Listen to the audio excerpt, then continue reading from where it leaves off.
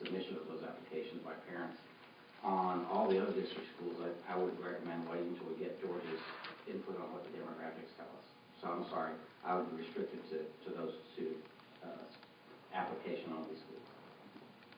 We already have schools who have sixth grade, and if we're going to just change, if we're just going to change, right, we're going to change directions right in the middle.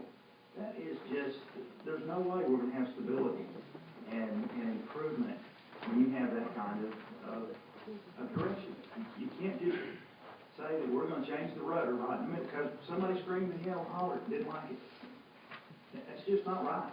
It's not right to our kids, our teachers, our staff, and the people that have made these plans. I understand we have new administration, but this was set in this board. It didn't call for a vote. This was an administrative decision. And so all the time and energy by staff has been put in this, and we're just going to say, well, we have some parents who don't like it, so we're just going to stop. It's just ridiculous.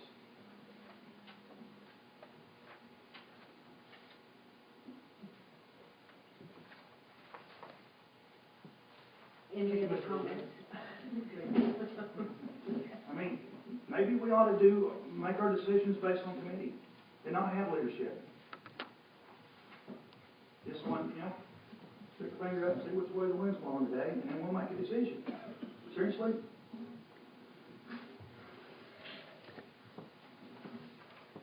Any other comments? Okay. We are on the, Craig, do we have any public comments? No, ma'am, we do not. Okay, there are no public comments. We'll move on to special business. We have an expedited item on 7.01, a contract with the John Rex Elementary School, and this is expedited because the Oklahoma City Public School Board had to vote on the University of Oklahoma Regents, and their meeting is December 5th, so if we don't get that done, we needed to get it on their agenda. So this is to approve the charter school contract, and Phil, you're on the board. Is there anything you want to? I recommend approval of both those items pertain to John Rex. So that's 701 and 702. Yeah, they've been negotiated to fairly well. Okay. Members of the board, on 702, the governance and operational agreement, I'd like to hand you some language that was presented by OU today to change a little bit. I think it changes only in the language, not the intent of the parties, and I'm going to hand that out to you.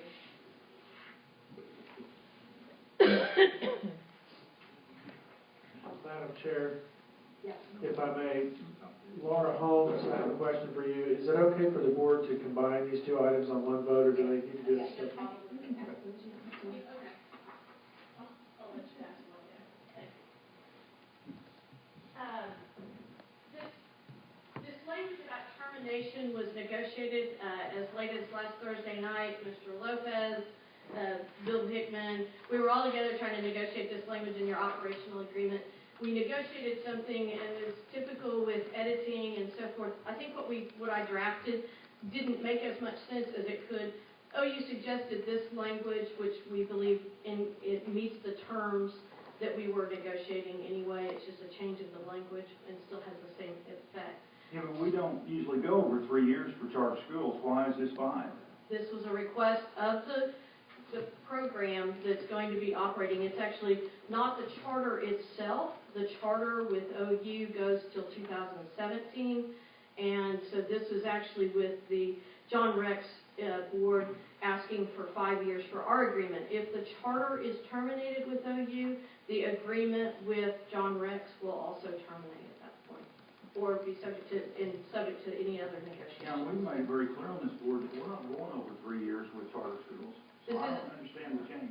This is not a charter that you are sponsoring. This is a totally unique, first time ever in the state in which a school district has applied to another sponsor, OU, to be a charter school.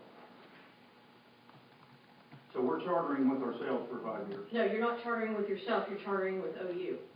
You are the applicant and the recipient of the charter, not the sponsor. All of your other charter schools, you are the sponsor. That made it about as clear as mud. Sorry, Mr. Means. I think from a practical standpoint, one of the things that was explained is that unlike our other charter schools, this one is raising $3 million to invest in the school, and they felt that they owed their donors a reasonable time to indicate that investment would last at least through the 5 years with our agreement. I think that is where they're coming from, right, Bill? As I recall, the charter that OU is granting to us, the applicant, is a 3-year It's 3 years plus a little bit of this year, current term. school year.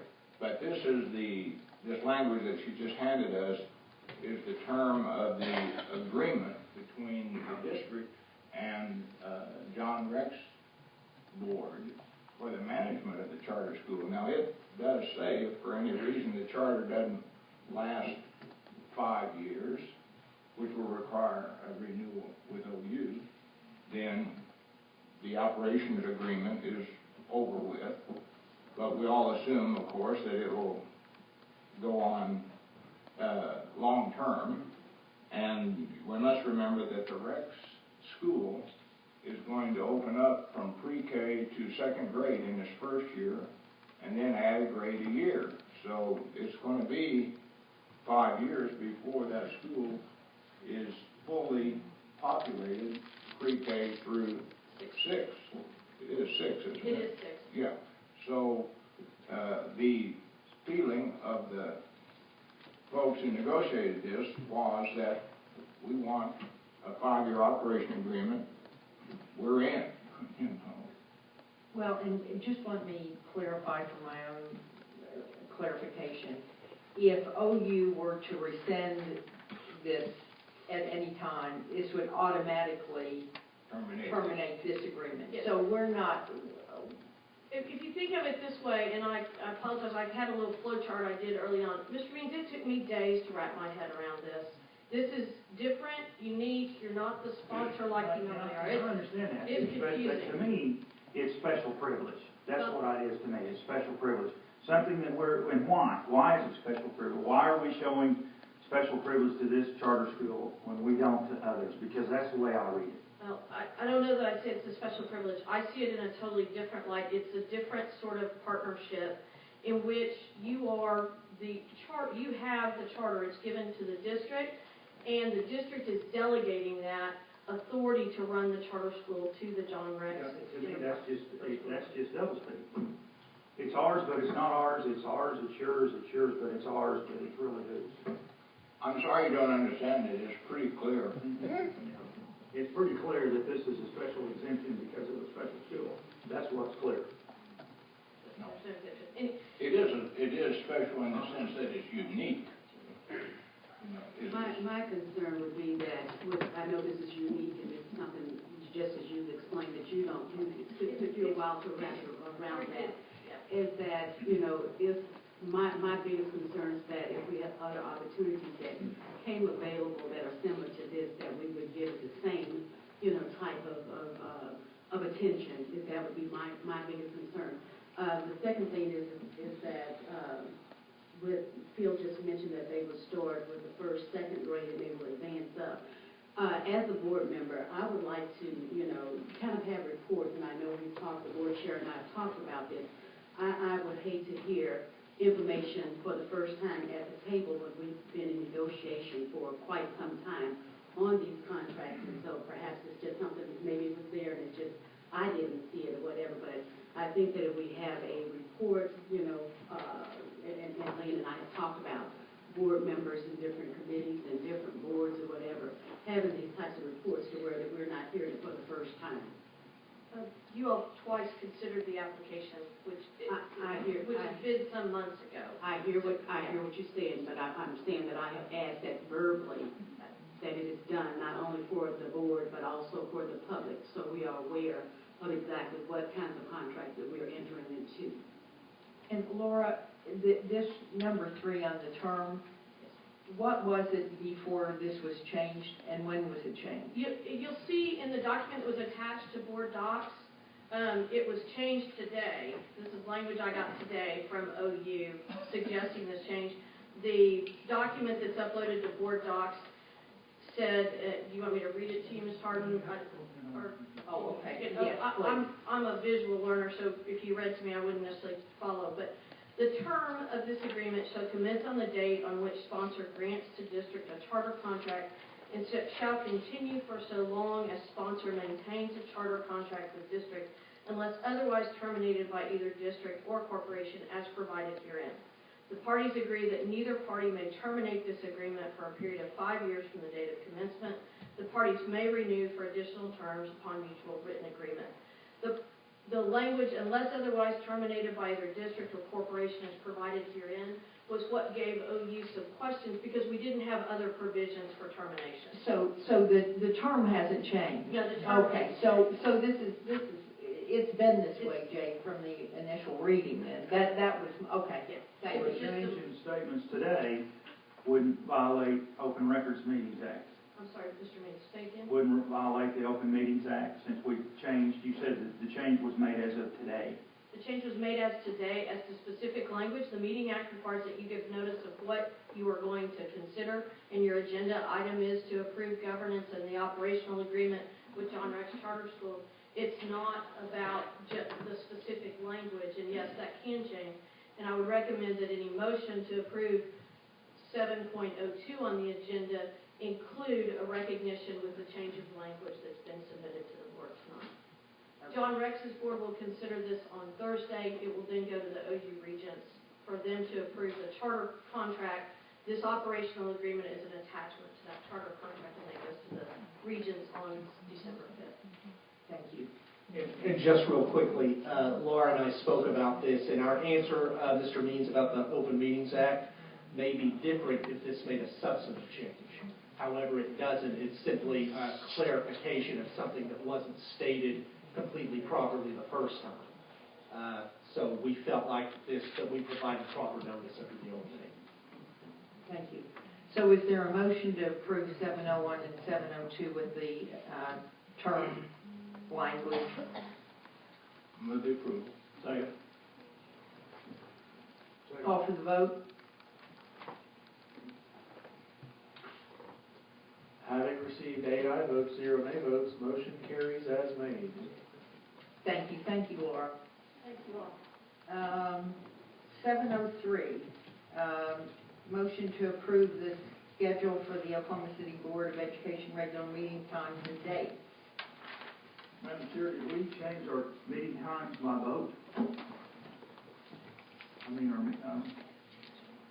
Craig, do you want to give us some clarification here? I told the board members for their preferences concerning the meeting dates and the days of the week and the times.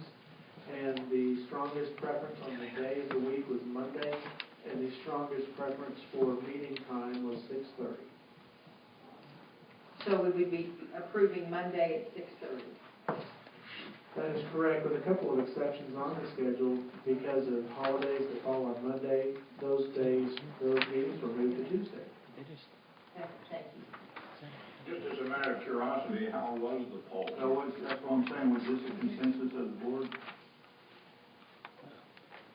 I actually do not have that document with me. The day of the week, Monday, I believe it was going by memory, I think there were 5 members that voted for Monday. As to the time of 6:30, it was a squeaky margin that the 6:30 time slot was the strongest preference. And I wanted to, again, make a public statement for this. And I did talk to the board chair about this, and so, I was given the rationale for moving it back, that because of the fact that I have sit here in a board meeting as late as 10 o'clock or so at night, that I strongly recommend that we have some form of board governance to where that we can follow, to where that we're not having these longer meetings, because that's what I see this as. If we continue to go at the rate we've been going, we're going to be pushing back to 10:30 or 11 o'clock at night, and that is really an inconvenience, as well as on the end of 5:30. So with that being said, I would like to see us doing some form of board governance in some situations to where board members are given just as we give the public 2 or 3 minutes, unless it's an agenda item that really be more communication on, that I really wish that we would look at that strongly. Thank you. Any other comments? I have another comment, as luck would have it. Ruth's point is well taken. It can be inconvenient when these meetings run long. And I have never begrudged them their length at any time, because I consider the work we do to be important. And I feel like everybody here is not going to waste the time of their colleagues. So if they run long, it's because we had important issues that required time to consider. So if we're going to move it to 6:30, and then we're going to worry about working late, that makes no sense to me. Now, I'm assuming that not all 8 board members responded to the poll, since 5 to 3 would be a squeaky margin, and I don't understand what a squeaky margin is unless fewer than 8 responded to the poll, and then maybe you had a 4 to 3 for 6:30 over 5:30. So I'm still interested to know what the board members said. Madam Chair, all 8 board members did respond to the poll. I'm digging for the document right now. Thank you. Again, even with I hear what you're saying and respectfully hear what you're saying, but however, be it whether we continued at 5:30 or if we had started push it back to 6:30, we still need to have better board governance. Yes, there are things and issues that come forward that the voices need to be heard, but some things I think that we belabor. I guess I don't understand what you mean by There's brevity is the soul of wit. that we even have. I'm sorry. I said there's board governance that most boards have and operate under. School boards operate under a form of board governance and how it governs, from the start to the end. There are boards that do not have a meeting beyond 2 hours, and so anyway, that is a part of board governance. And so it is a part, and I believe that it's even a part of what we do, the trainings and all that we have. I believe that even from the Oklahoma State School Board Association, they do have those trainings as well for board governance. Well, is the definition of board governance that you set a time and after you use up that time, the meeting's over? It means that if you have further business, perhaps you'll have a separate meeting. Or either if you but with those that set a certain time, they make sure that the agenda has appropriate time for covering those particular items. And so if it needs to have more than one meeting, like we have special board meetings, well then you would have a second when you have a very lengthy topics that you need to discuss. And so anyway, it's common. It's common. So if you couldn't complete your business, let's say the board of governors required a 2-hour meeting, and you couldn't complete your business in 2 hours, but you could in 2 hours and 15 minutes, you'd have to come back. Well, that would probably be a board chair, I think, column. That's probably something that would be listed in the form of board governance. And so, that's something to look at, but it is a practice. It is, there's trainings for that. It is a practice that's across the board. And so this is not something new, and this is not something that I'm just making it up as, off the top of my head. Well, I didn't accuse you of that. No, well, I'm just saying that, yes, there is, and we're asking this, and I think this is something that we could perhaps, even talk more in detail, about and the different forms of government. Let's go back to Craig for a minute here. Okay, board members, I can share with you the tally of the poll, which included a request of board members to provide their first choice, their second choice, and their third choice. As far as the day of the week, Monday received, I was mistaken by memory, it was actually 6 board members that responded as Monday as their first choice. Those Obviously, Monday was the strongest preference. On the time, board members were given 3 times to consider: 4:30, 5:30, and 6:30. The board members that selected 6:30 as their first choice, there were 3 board members that did that, and 3 also selected 5:30. So I then went to the second choice, and it was a number of 2 that selected 6:30 as opposed to 1 for 5:30. Therein is the squeaky margin that I referred to. And I would just state for the record, I know that, Madam Chair, you're aware of this, that if the board, you have the option of not taking action on this tonight. We have a board meeting on Thursday. The agenda has yet to be posted. We could add this item to that if the board needs more time to work on this item. Well, I think what I did was I put 6. I split the difference so I could be judicious. I'm sure Phil would like the word judicious. So maybe we should, if the board chair would entertain, maybe we could split the difference and it be 6. Just a suggestion. Okay, well, since there's only one suggestion of that, then let's, we can, if, certainly there's going to be a vote, and if we don't vote on it, then we can, is there anyone that wants to delay this another meeting? No. Okay. Motion to carry on. Okay, is your motion for the 6:30 time? Okay, on Monday. Yes, ma'am. So we have a motion, do we have a second for 6:30 Monday? Okay, let's call for the vote.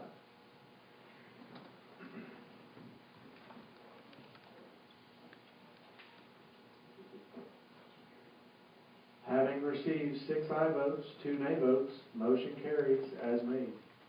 Thank you.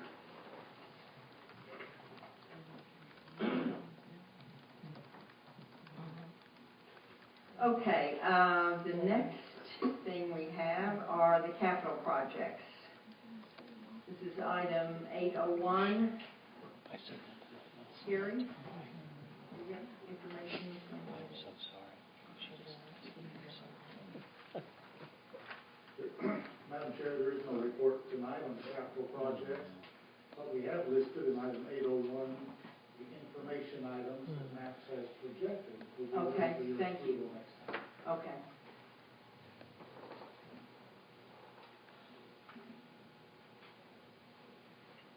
Okay, on the final acceptance at Arthur, I was by Arthur this week, and they have some problems. They're using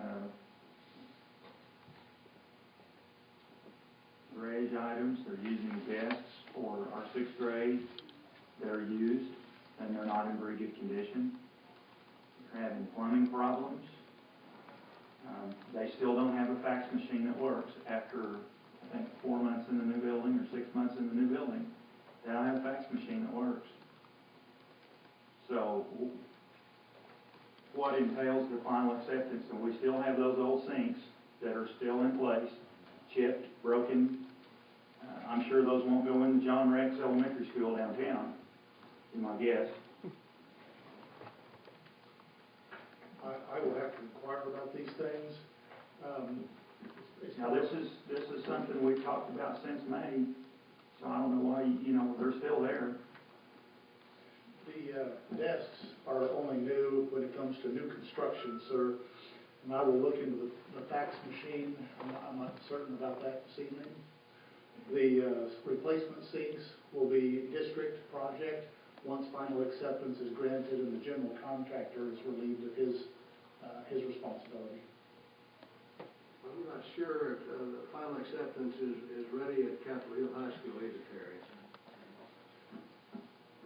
We're just getting shortchanged, and that's just all there is to it. We've exchanged 3 lists and a new one even this morning about Capitol Hill High School about concerns that we were aware of. Yes, sir. You are aware of the concerns? We've got 3 lists from last week and today. Yes, sir. Okay. And I would say the same at Northwest Classen. Have you've received those? I have not received a list of items on those, ma'am. I'll check on that. Okay.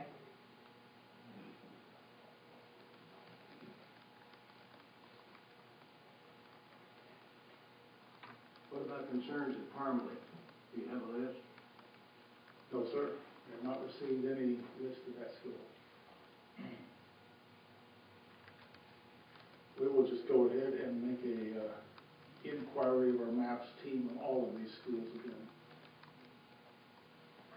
Madam Chair, for the record, for the action items list, Terry Wolf is going to obtain a list from the MAPS office specific to these items. Terry, what else should I write down here that you're going to do? What's the information specifically going to provide? Well, I will place an inquiry regarding some new items that were raised this evening.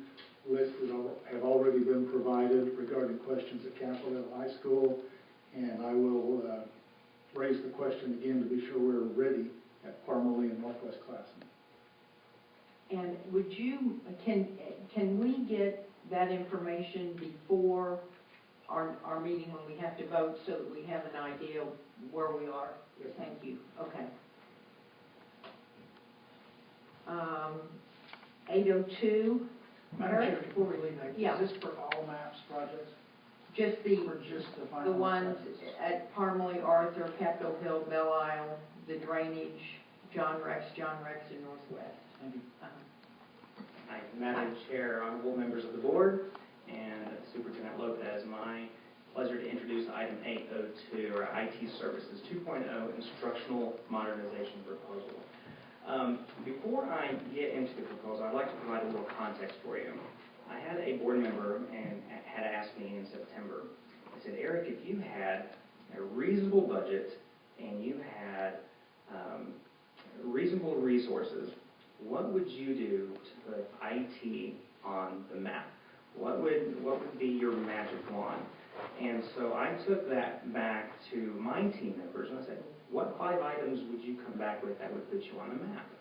And we had 15 items that we wanted to do. We didn't have just 5. We are light years from where we need to be. So I took my little magic wand and said, expecto patronum, and with Superintendent Lopez, he said, you know, at about $2 million, provide us laser-like focus that will give you a purpose and vision and direction by putting IT on the map. Ultimately, IT services, if you look at this chart here, we want to provide scaffolding and support. We don't want to tell teachers how to engage their kids.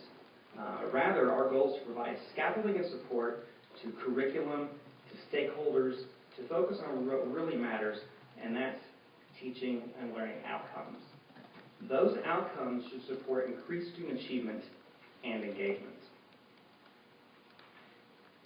You see there's a disconnect here. We have inequity and disparity in technology in our schools. A lot of our schools rely solely on federal funds, and those schools that don't have a lot of federal dollars, they don't get a lot of that technology. So you have disparity there.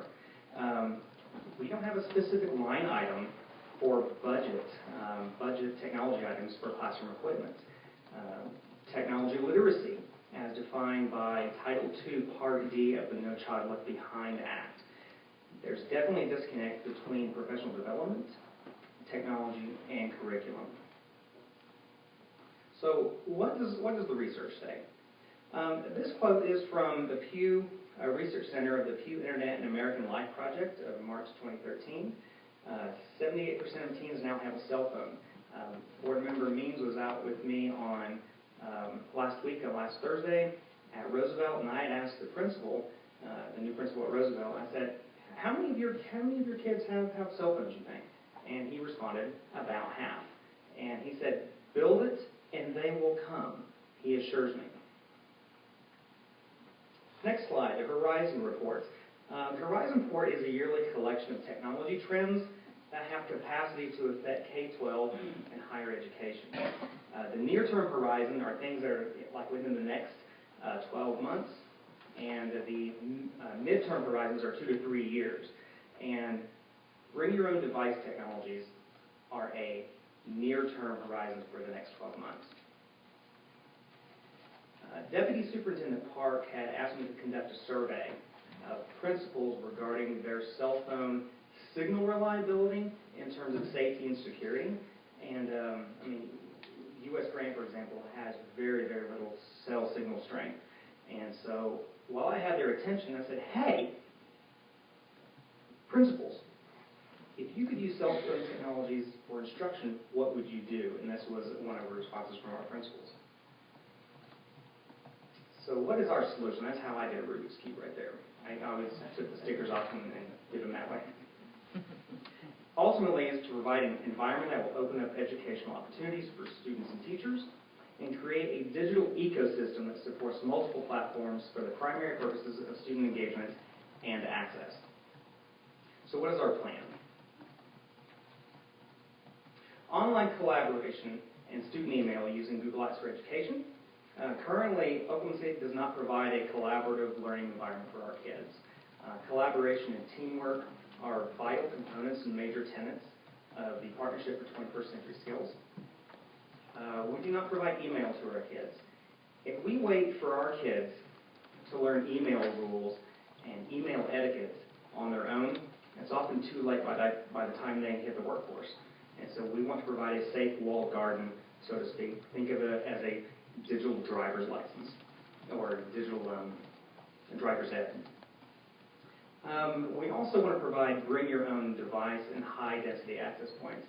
I remember in my interview for this position, Mr. Milliken had said, hey, I can go to Starbucks with my iPad. How come I can't come to Oklahoma City schools and use my iPad and use it for my own purposes? So we want to provide that environment for our kids. Half of our kids have these already.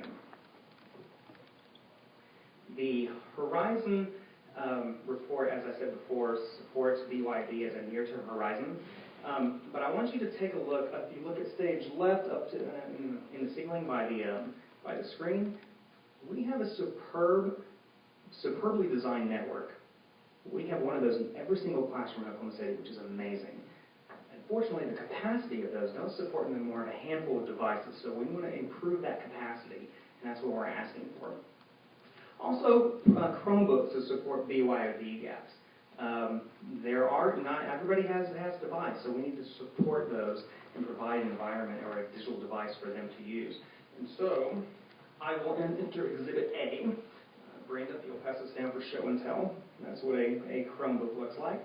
It boasts a 10-second boot up time. Really, really fast boot up time. Completely immune from viruses and malware. It's also very inexpensive.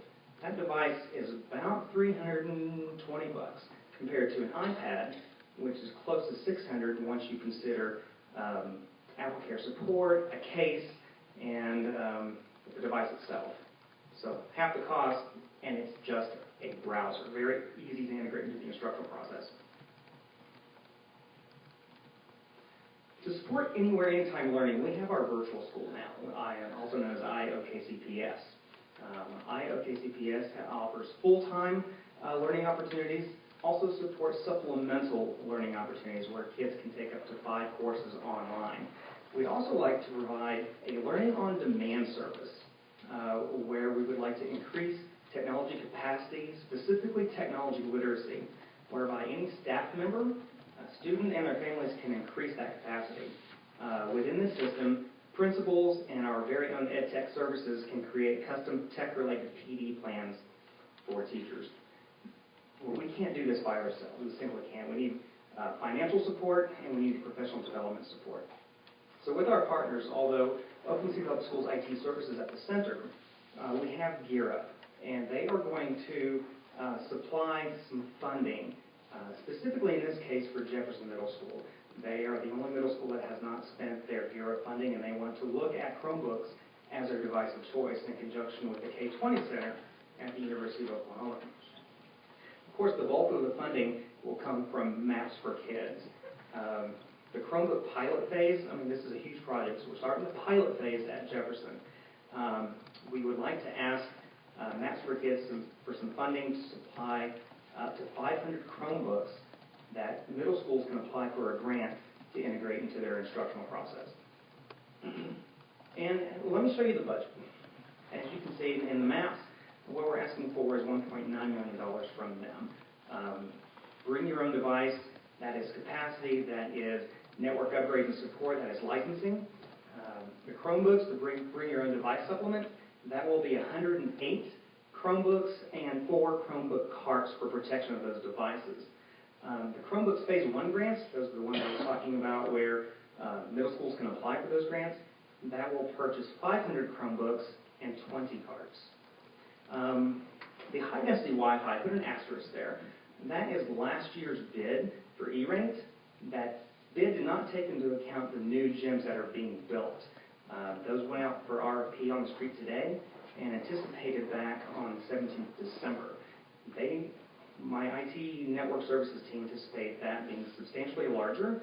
So what I would propose is that we use these dollars to do a phase-in project and then a bond to continue the rest of them. And then finally, the Learning on Demand service from Oklahoma City Maps for Kids, $77,000. And I have 2 asterisks there because that is a recurring cost. So the Maps will do the first year cost, and then the district will absorb the next cost. And then our partner with OU Gear Up, they're purchasing also 108 carts, Chromebooks, and 4 carts. So total, Jefferson's going to have 216 devices, which is fabulous. And then finally, our skin in the game, Google Apps for Education. This is for the single sign-on service as well as the email archiving services. That is an annual cost indicated by the asterisk there. So the initial cost that we will pay up front is $86,000 plus the yearly recurring fees for that service. And when you see it as an aggregate form like this, a little over $2 million in total budget. 10 years ago, this would have been bleeding edge stuff. Today, it's the way we should do business and provide educational opportunities for our kids. In the end, it's about instructional opportunities, not just the stuff. How can we provide this environment to better instruction? So that concludes my formal presentation. I'm happy to entertain questions.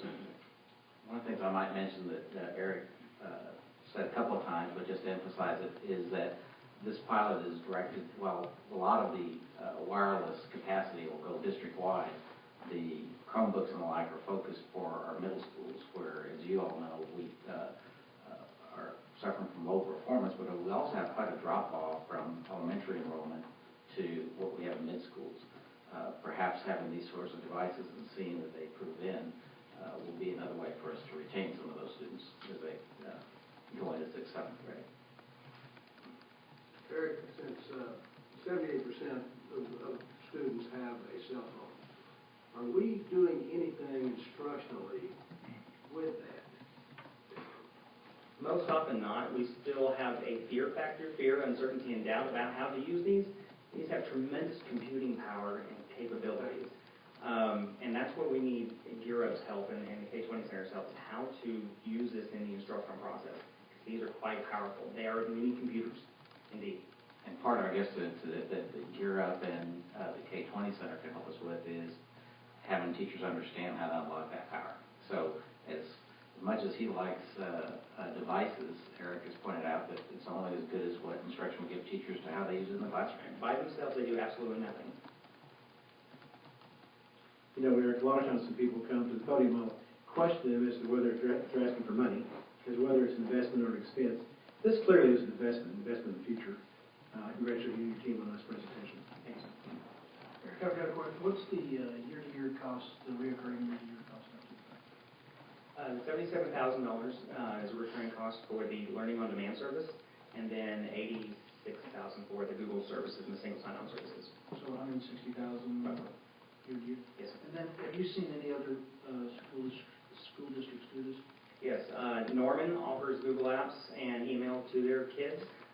Putnam City offers Bring Your Own Device. What about the Chromebooks, or the school system hand them out? Chicago Public Schools did a major Chromebook initiative. They're my best practice district right now because they're a lot larger than we are, and they've been there, done that. So they're my go-to folks for best practices. And the children take them home with them? No, in this design they're not take home. They're designed to be used in the classroom after school. A 24/7 take-home program is a completely different model, which I'd be happy to explore that with you. I've got lots of experience there. But in this case, they're not 24/7 take-home. Thank you. Yes, sir. Any other questions of Eric? Thank you, Eric. Thank you very much. Okay, takes us to, oh, I'm sorry, to spend this money. Okay, so, is there a motion? Move the approval of item 8.02. Second. All the, call for the vote? Having received 8 aye votes, 0 nay votes, motion carries as made. Thank you, Eric.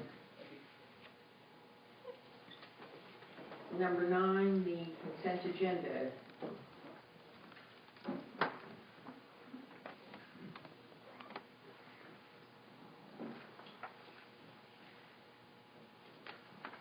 there a motion to approve the consent agenda? Madam Chair, if I may, members have any items they'd like to pull for discussion only or for a separate vote?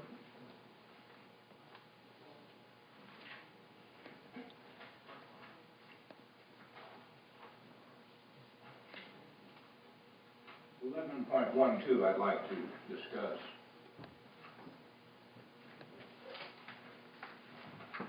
Has to do with the temporary buildings at Roosevelt.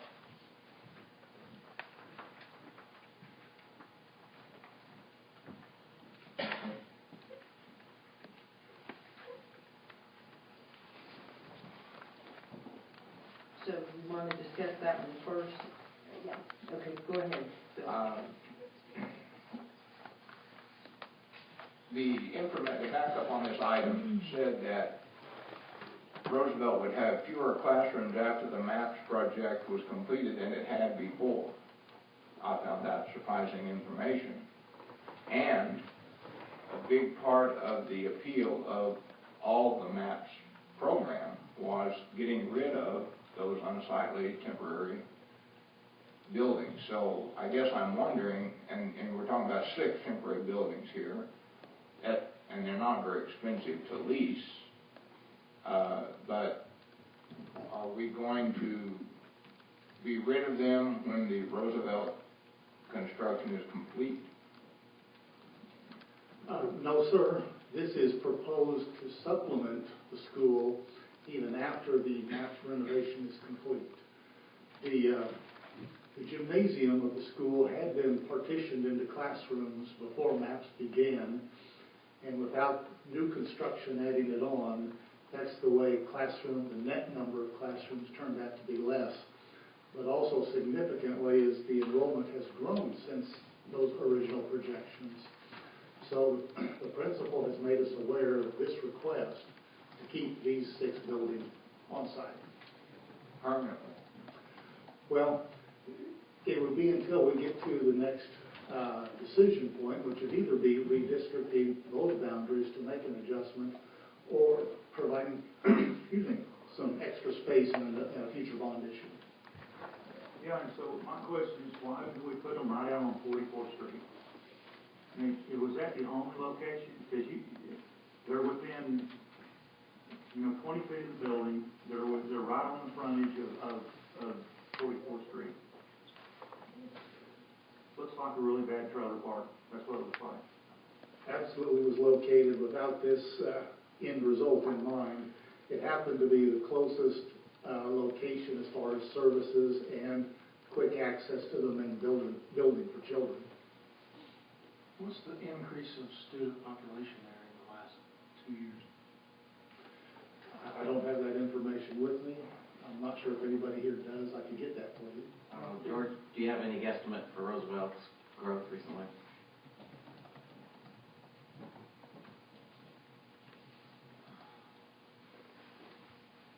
Obviously, the entire south side has continued to grow. But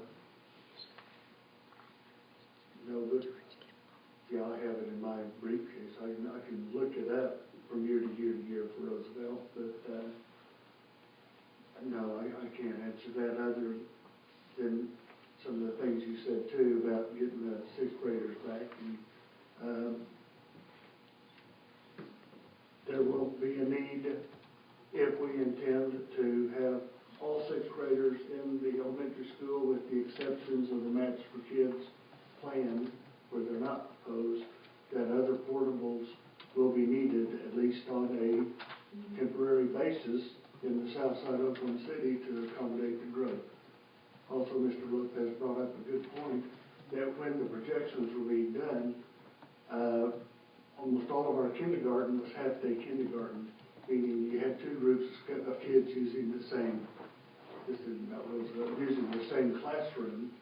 We went to full-day kindergarten, and then two classrooms for the same amount of kids, and then we added full-day pre-K on as well. So the projections of Maps for Kids was based on looking at this many children and how many classrooms to house them, but then suddenly, like, say, 5 of your classrooms are now being taken by all-day kindergarten and all-day pre-K that would have been intended to house other grades. So that's where some of the shortages come about as well. Okay, so do you have that information in your briefcase of how many children? At Roosevelt? At kindergarten, pre-K, and 6th grade, I guess, as well. Because if you're going to try to say that it was for 6th grade, then that would leave another school, whatever the feeder pattern is, to have extra room. Yes, and also the middle schools in the south and Taft, as well as standalone middle schools, were for 7th and 8th grade only. So those projections were made with the absence of them getting 6th grade, because 6th grade was going to be back at the elementary buildings. So the growth has compensated for that. We no longer would have 6th grade at Jefferson, Webster, Roosevelt, or Taft. And that's our standalone middle schools. So the projections were all based on how many 7th and 8th graders would be in those buildings, not 6th through 8th. Right, and I wonder how many, because I'm really the voice for the south side in that district, and there's not 5 people up here or 20 people complaining about their property values, like it would if it was Nichols Hills, with lawyers and throwing a fit in front of this board, and this board having those trailers taken out tomorrow because of it. So we get a look at them. We just get a look at them on the south side. We get a look at those trailer houses. Because there's not any parents that are going to come up here and say, my property value went down $10,000 because of them. So it's just too bad. Too bad. In regard to what Bill said earlier about Jackson, with Jackson, unless we do something there and leave it as it is, the 7th and 8th graders moving, they're going to have to be moving to Roosevelt and other middle schools. And Webster. And they're very full, both of those schools. And, I'm sure you're going to look at that. Yeah, but then we're going to attempt to get more complicated, because the 6th graders will come out of all of those schools and return to their elementary schools. So again, standalone middle schools are based projections on 7th and 8th grade only. So if the decision was to be made to not do what was proposed for Jackson, then you have a real problem with 650 students that are at Columbus Elementary School right now, that nothing is proposed for that facility, and you know what it looks like. And so there's the dilemma with Jackson is Columbus is going to occupy that building starting next year. With the current best estimate we have that calls for these 6 temporary buildings, some of which we think will become permanent until such time that we have another bond issue or something. That current estimate was based on Roosevelt having only 7th and 8th graders, no 6th grade. Is that correct? Okay. Was it also based on closing Jackson, which is the nearest middle school to Roosevelt? Yes, it was. It was. Yes, it was. And the specific schools that would now be feeders to Roosevelt that were at Jackson, and there's also some like Wheeler, etc., that were going to Jackson that will now be assigned to Webster. Again, it's all part of what was the Maps for Kids plan and what was voted on by the board in 2005, which included both the description of grade levels of every school and also the attendance boundaries of every school. It wasn't this board, but it was our Board of Education at the time that did those votes. I think y'all are getting a sense for all the moving parts that we've asked George to consider, not just the numbers, but what's physical space that they can be managed in for midterm until there's a bond issue and address some of the growth. There will need to be additional classrooms to accommodate the growth that is happening in the south side, plus the additional number of classroom burdens that has occurred with full-day pre-K and full-day kindergarten. But now instead of maybe having one room for each, there are now 5 rooms devoted in that building to accommodate those children. And I'm not really sure how that all-day pre-K is going to be sustained once federal money's gone. Now, how are we going to pay for teachers and for facilities for that when federal funding is gone? Because it's going to be gone in, 2016, it'll be over. It's a different issue than me trying to predict how many there'll be. Has any information, we're constantly getting more data, more information. Is anything suggesting to us that we ought to reconsider the Jackson shift to a middle, changing it from middle school to elementary? Not to me. Well, but that I'm not looking for a personal, I'm looking for information. The best information we have still suggests Jackson. That we proceed with the plan.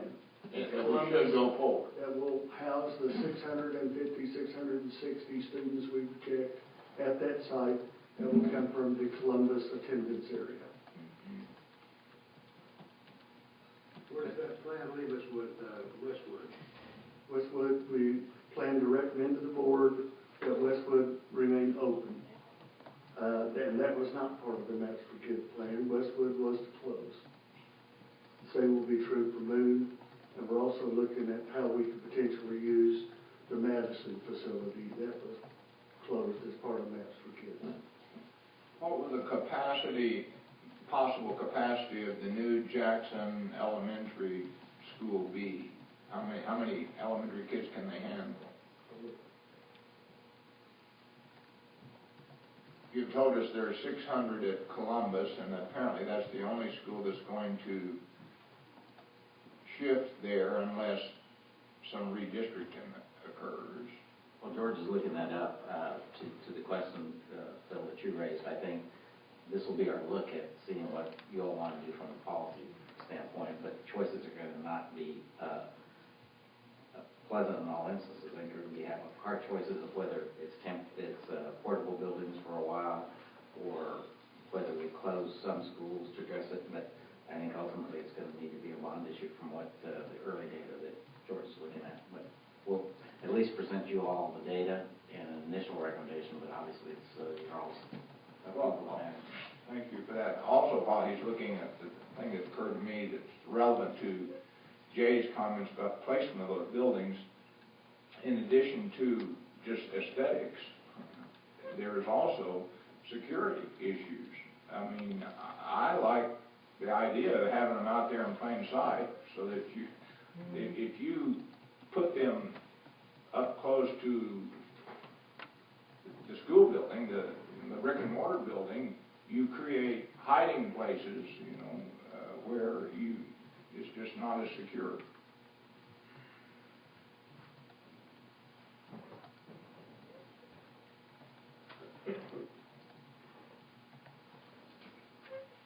My laptop doesn't move as fast as those Chrome do. While we're waiting for the booting, I would just like to make a comment on 1111, that we're going to, the cooperation agreement between the Board of County Commissioners in Oklahoma County and the Oklahoma City Public Schools. And again, just thank the commissioners and especially Brian Mon for his work with this district. It has been extraordinary, and we look to do a lot more of that partnering with the county.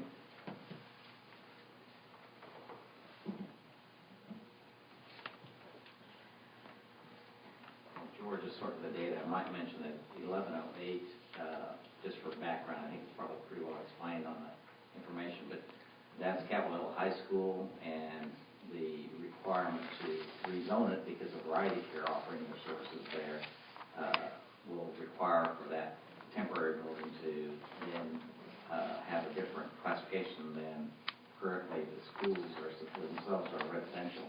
That would make it a commercial property. Discussed somewhat last meeting, but just wanted to. Yeah, this was expedited because we needed to go from that, right? Yeah, okay. It's actually, Variety will get the building permit, but for them to get it in front of all the jurisdictions, and they asked us to bring it expedited to them. I'm sorry, it's coming up now.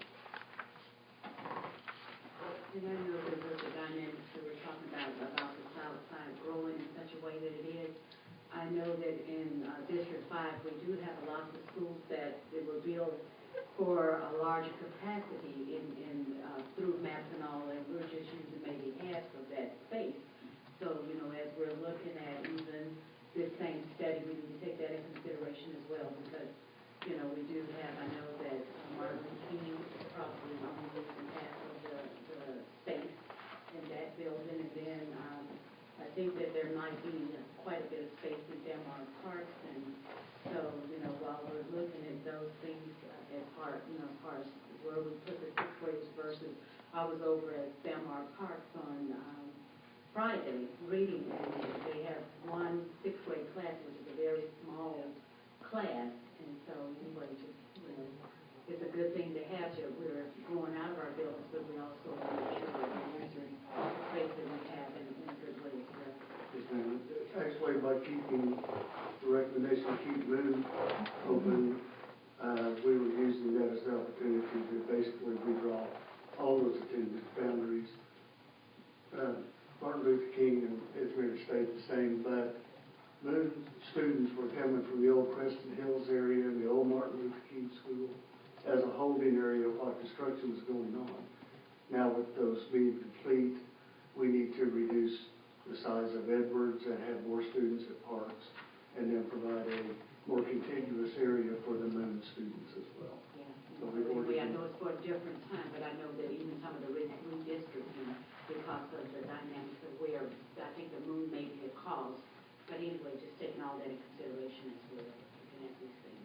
current enrollment in Columbus area is 542. Projected for 2018, that same area for at Jackson would be 621. And our MAPS capacity for Jackson is for 778 students at the completion of MAPS construction. So it will have room. It would not have room to do the original proposal, and that would be to hold both Westwood and Columbus attendance at that school. Because Westwood projects to about 400 students now, so there would be over or close to 1,000 students. In history, every one of our middle schools has housed 1,000 students at one time or another, with the exception of Jackson. It's our smallest middle school. Thank you. Does that answer your question, Justin? Just need to get, No, my question was for, how many pre-K, kindergarten, and sixth grade do we have now? We have now, At Roosevelt.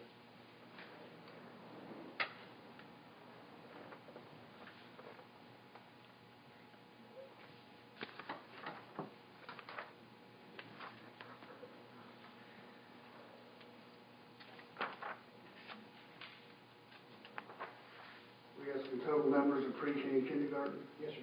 3,105 pre-K. Just at Roosevelt, I'm sorry. Well, Roosevelt doesn't have pre-K. Or where are we talking about, what's the feeder pattern to Roosevelt? Oh, Columbus. Yeah, that's Columbus.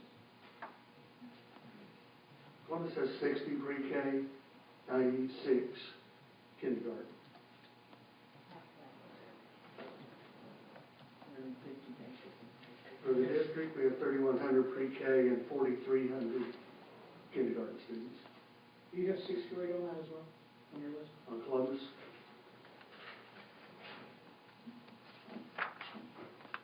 16.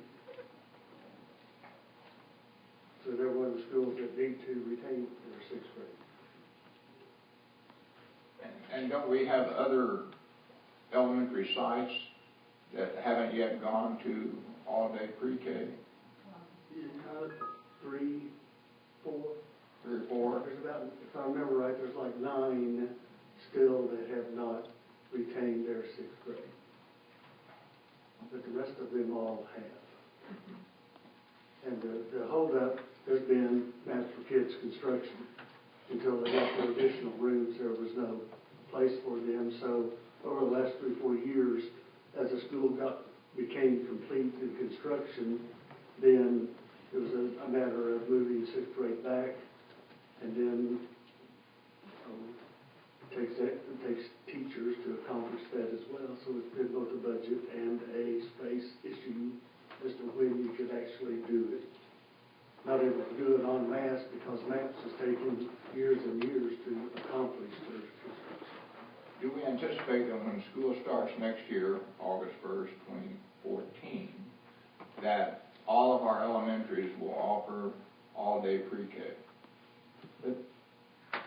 That is the intent, along with sixth grade, going back to all of the elementaries as well. Now, Mr. Lopez says that's what we're working on, looking at redrawing some boundaries of some schools being overcrowded, and it's a domino effect, and we have to just do what ifs. Again, looking out to 2018, not just for next year, and sometimes say, well, what if we do this? What if we do this for Chavez? Chavez is too big, and we're projecting if we do nothing, Chavez will have 1,200 kids by 2018. So we got to do something there, and so we're looking at Wheeler, we're looking at Capitol Hill Elementary, we're looking at the surrounding areas and saying, what can we do to relieve Chavez? So same thing with the sixth grade. These guys get their sixth graders, are they over their MAPS capacity? Well, can we fix that with a boundary change, or is the only potential change to add some portable buildings to that? And in some cases, that's probably going to be the case, because all the surrounding schools may be full as well.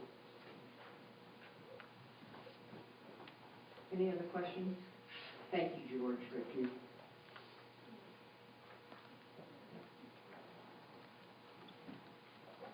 Okay, so we've had the discussion. Is there a motion to approve the consent agenda? So moved. Is there a second? Second. Call for the vote.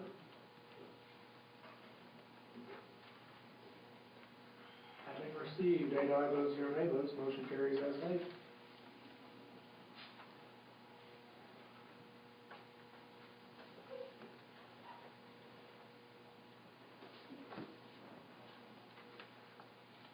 If you're done, then you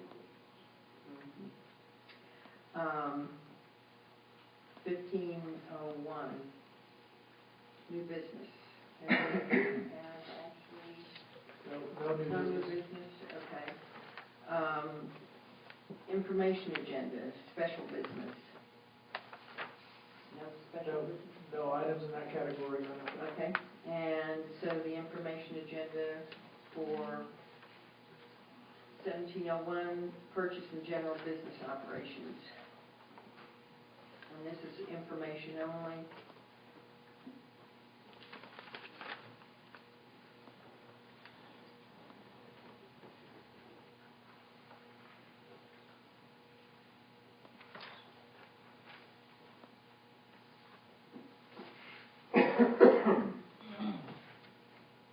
Well, I have a question on 17.02. Next meeting, I guess we're going to consider approval of the contract with AT&T for network equipment for those main schools there, for the new classrooms in those main schools. Does that mean that currently there is no network equipment for instance, Pierce? The construction's been completed. They have new classrooms. Do they have networking capability? This particular item will be to expand the networks that are in the schools to include the new classrooms and the gyms that are being built by MAPS with this 2007 bond money. Yes, but the classroom construction is complete, isn't it, at Pierce? Or are we going to add classrooms and a gym on top of the prior MAPS work? Yes, this is in addition to the 01 maps work. This is the 2007 Vaughn gym and classroom additions. Okay, my concern, which generated my question, was that we would have new classrooms sitting there, but no networking. No, this is ahead of occupancy. Good. With approval of this, then the network will be in place when the school is ready to move in. Okay, thank you. Any other questions? Yeah, on 1705. Okay. For clarification, are these, is this the one that we We can ask questions on. Okay, yes, I'm saying, but to get that information as far as, these are the ones that provide the fresh fruit and vegetable in our schools, right? And I see that we're asking for an increase. I am really concerned as far as how well are we doing, making sure that we get the type of a product that we are purchasing. I've shared with the superintendent here some concerns that I've had along with other board members of some produce that really looked like something that you wouldn't feed to a hog. And so anyway, we're talking about increasing, the cost of this. I want to make sure that we have quality product that's being brought into the schools and being fed to our children. And so that would be my biggest major concern, because I literally saw rotten fruit on platters in schools. This particular agenda item is requesting the board's approval to increase the spending authority to be equivalent to last year, but in direct response to your question about quality, it is a continual audit, daily and weekly for each school. Yes, ma'am. Just want to make sure that we. It's a continual audit by whom? Yeah.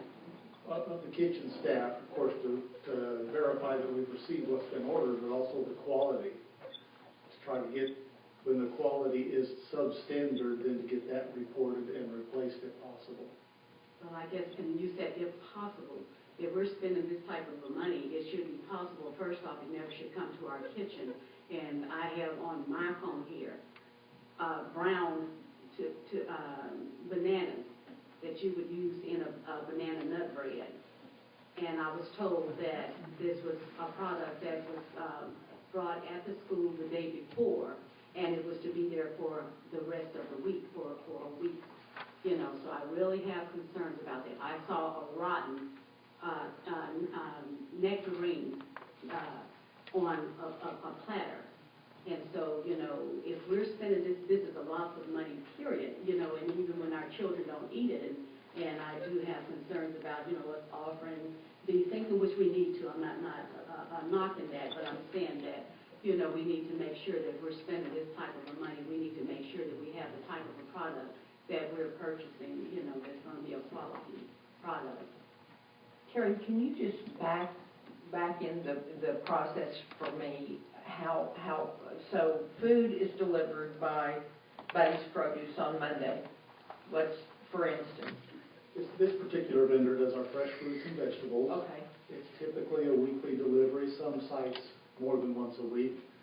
But how is that checked? I mean, is there a specific system that it comes to this person checks it, then it's checked off, it's then reported here? I mean, is there a system of that we have in place? Yes, ma'am. It's the local kitchen staff at each school, and perhaps I should explain what I said. If possible, sometimes it's a timing issue as to whether we could get a second delivery, but if it is received in rotten condition, then we see credits for that.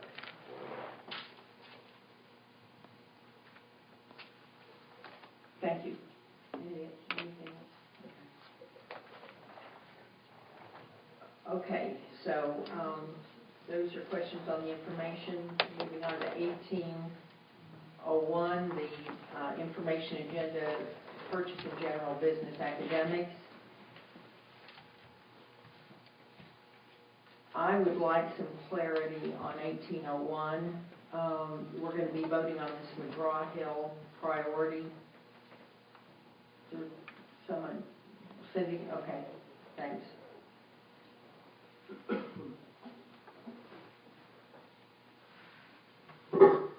Okay, with 1801, we're asking to increase our spending authority for Renaissance. Renaissance learning includes accelerated reader, STAR.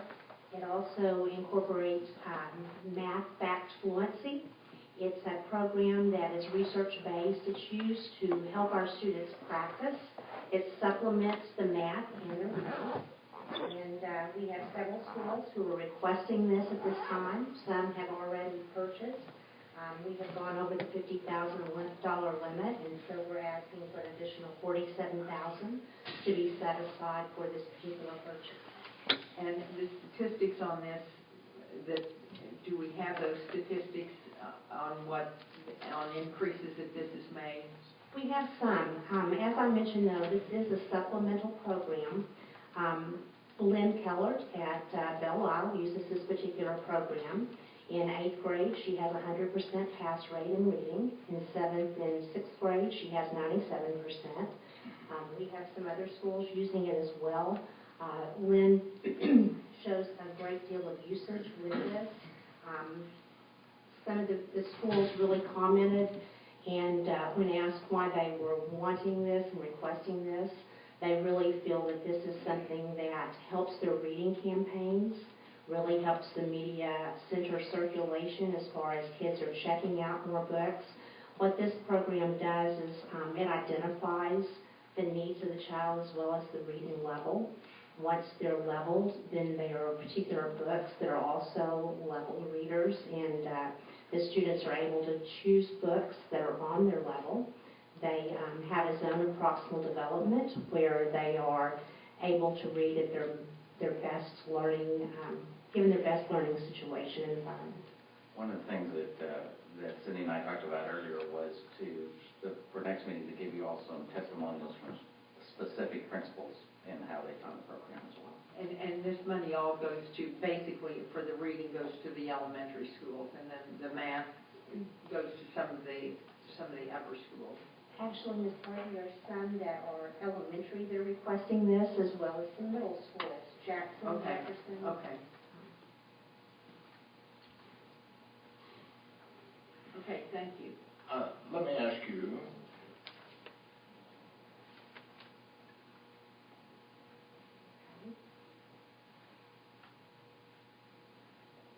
I wanted to ask you this, the nomenclature, the labels, priority, focus, and target, are those still current even though we have the A through F now? Are we still using that terminology? Yes, we are. And it's my understanding we'll get designations very soon. There's some video conferences, I believe, later this week on that. And my team is being very helpful to let me know that in my agenda book, I have 1801 being Renaissance, but I'm looking up here and seeing that that's McGraw-Hill. Yeah. So my apologies for any confusion, and I'll be glad to talk about it. But this is for elementary, right? Elementary and middle for Yes, the Renaissance learning. Mm-hmm. No, but for the McGraw-Hill, it's elementary. Yes, McGraw-Hill is elementary. What this is with the McGraw-Hill, it's professional development to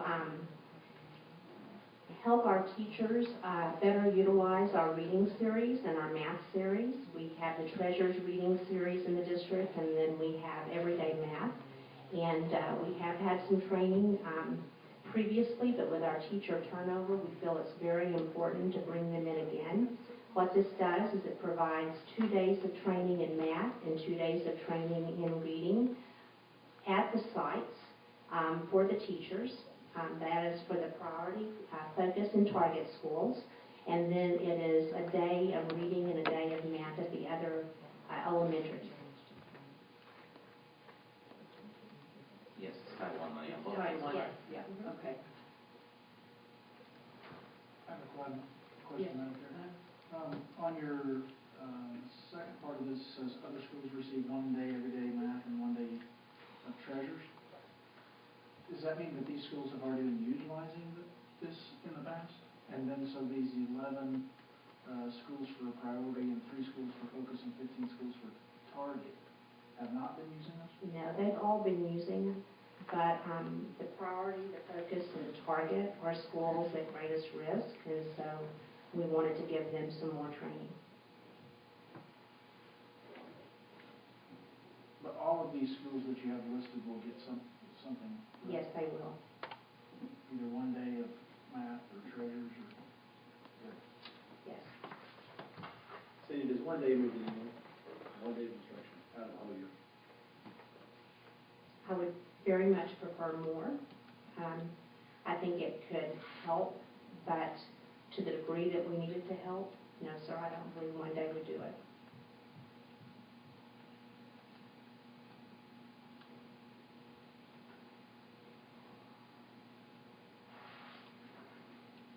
Any other questions? Thank you. Yeah, I apologize again for the No, confusion on the yeah. numbers. Not a problem.